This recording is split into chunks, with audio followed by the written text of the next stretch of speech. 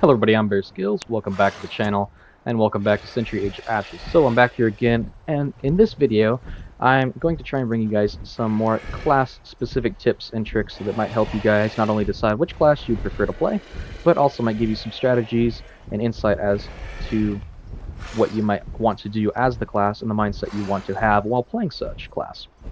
So to start off, we got the Phantom here. Very good class, very similar to a rogue archetype in most games, and we actually have the mine equipped right now. Now, the mine is, in my opinion, a lot better for combat or PvP-based game modes, such as the rookie matches. It works a lot better for guaranteeing you damage. It's got good utility. But if you were going to do something like Gates of Fire, I would recommend probably taking the Concussive Blast in most circumstances, although I would still argue the mine has its uses. But for combat purposes, which is what we're going to be focusing on today, combat and utility, we're going to take a look at the mine here. Now, if you see the shield that's right here, if you throw your mine next to the shield, you guys can see the mist comes up, and this actually will make it to where you and your teammates can go through just fine, but any enemy that goes through there is going to take damage and get blown up by the mine. So, if they do go through the mine and grab the shield, the mine is going to instantly blow up and deny the shield. So that's already utility. If they miss the shield, or if there is no shield there and they try to grab it anyway, which I've seen a few people do, most of the time it's going to outright do half their health, and if they're missing HP, it's going to do a lot of damage, if not kill them. A lot of the times when you're starting a match, say for example, that shield up there is a shield you're trying to get to at the start of a match.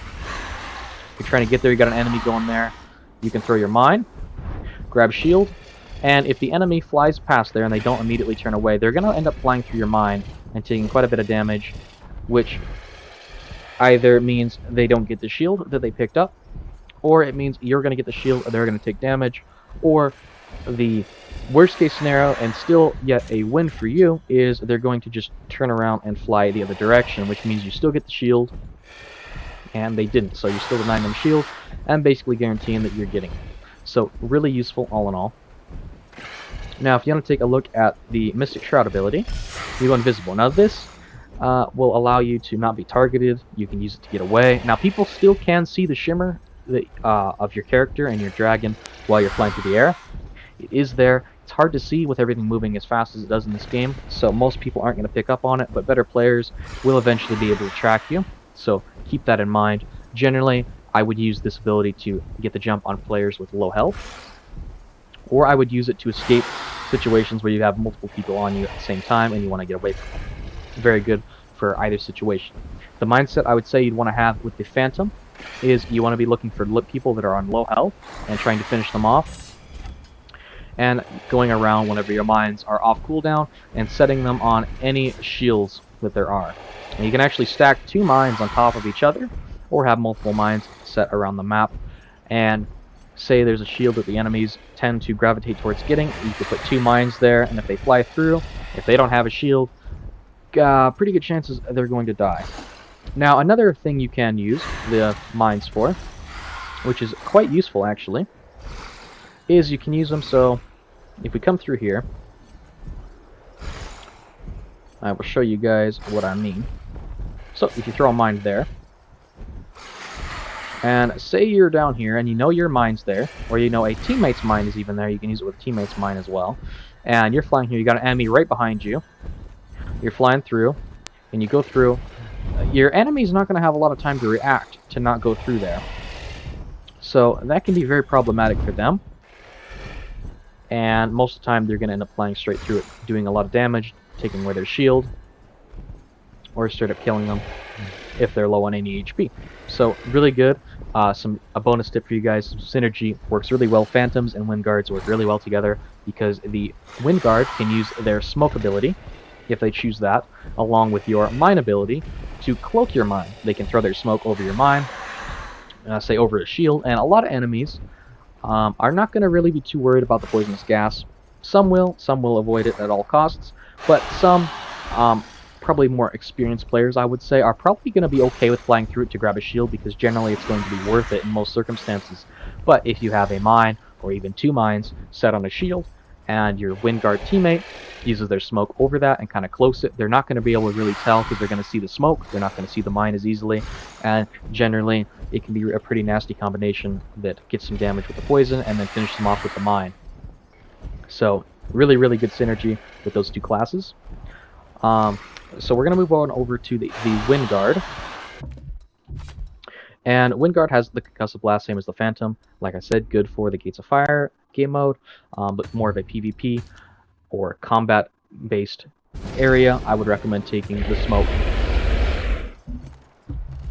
because you can do very much the same thing with your Smoke as you do with the Phantom. You can cover shields with it, which is very effective, as you guys can see. So smoke trail is going to be there, which makes it a bit safer for you and your teammates to go through, and definitely makes it worse for enemies because they get their vision disoriented and they will take some damage, which, you know, is not good. And a lot of enemies, especially early on, are going to avoid it at all costs. New players especially.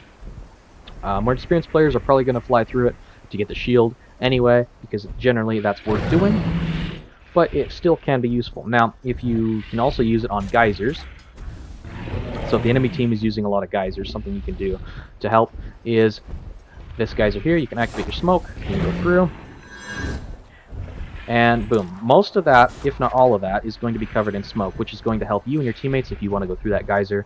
It's going to help you guys lose the enemy if you have enemies on you, and it's going to also deter, if not prevent, the enemy from using that geyser, at least for a brief amount of time. So, really useful. A tip based on movement, by the way, bonus tip, because I've had some people ask me about further tips on dodging fireballs. If you use these geysers to dodge them, you can do it quite well. So if you just go through normally, you go up quite high. And that's good for altitude, and quite useful in many circumstances. But how I prefer to use them is if you go through them and use your shift key, you can go straight up, and you're going to get way more distance a lot quicker, so your direction is going to change quite a bit more drastically than if you were to just fly through normally. And you can also use it to go in different directions, like say a 180. You're going to be a lot quicker than if you're just flying normally and try to use your shift key to go 180.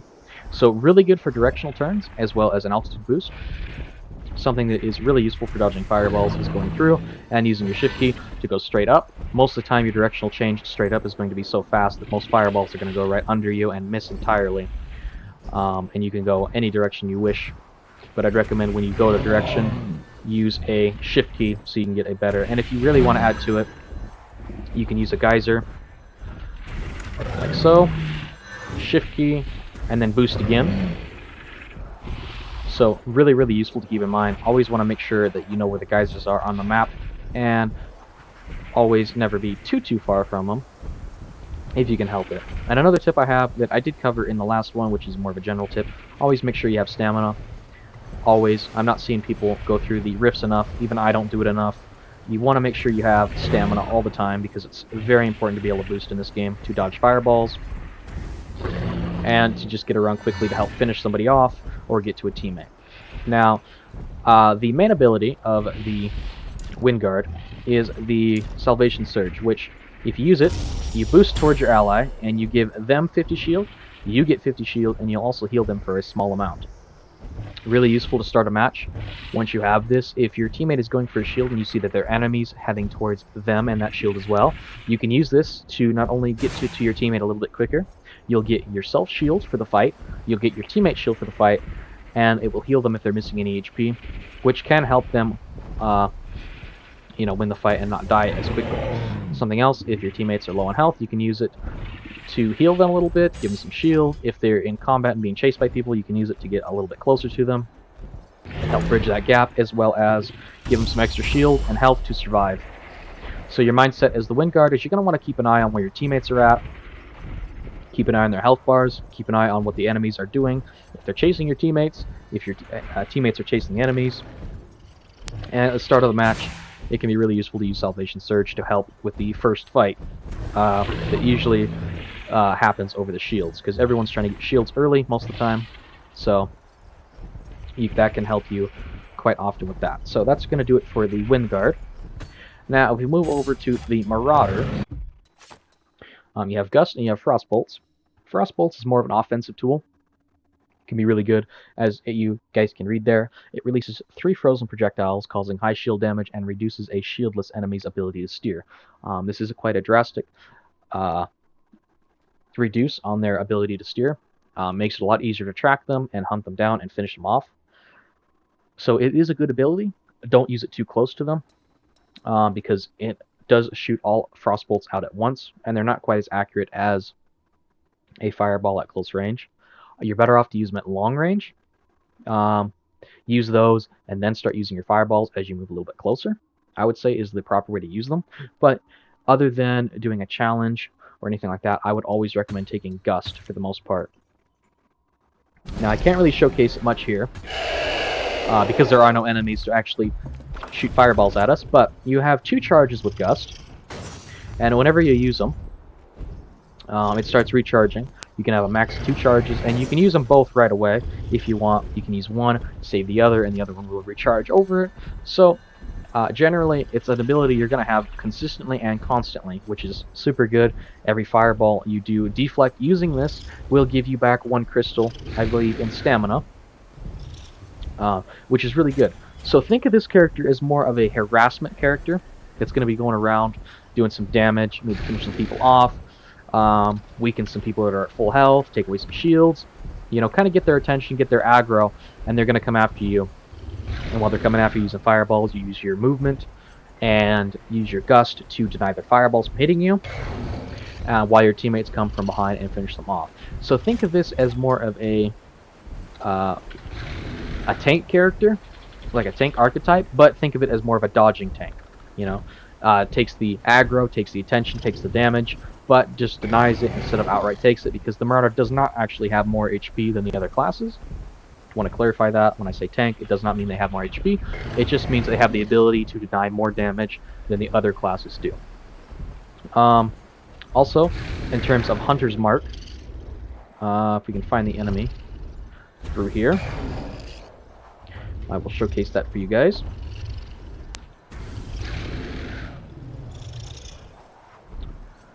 Oh, come on, we should be able to find it pretty quickly here.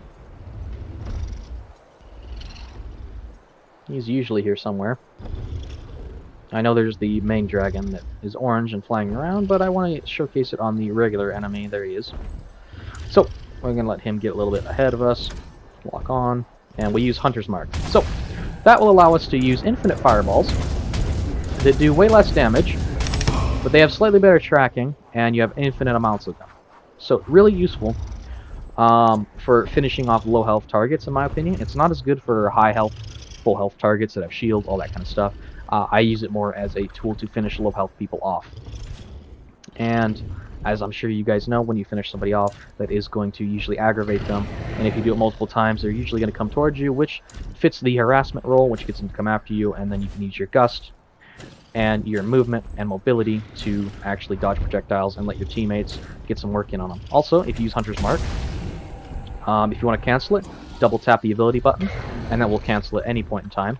It's useful to know if you want to leave that target alone, if you want to switch and use regular fireballs, or if you want to use regular fire and that sort of stuff. So, like I said again, mindset of the Marauder: grab the attention of the enemies, harass them, get them to come after you, use Gust and mobility and movement to dodge the fireballs and deny fireballs, and let your teammates put in some work while the enemies are chasing you. That's my advice on the classes, and I threw in a few mobility tips in there as well. So hopefully that does help you guys out in the game. I am still learning myself, so as I learn new stuff, I will also share that with you guys, so that we can all progress together and get better at the game, because I think this is a really fun game that hopefully becomes more popular, and hopefully people have a great time with. So that's going to do it for this episode of Tips and Tricks on Century Age of Ashes for you guys, and I hope to see you guys in another video.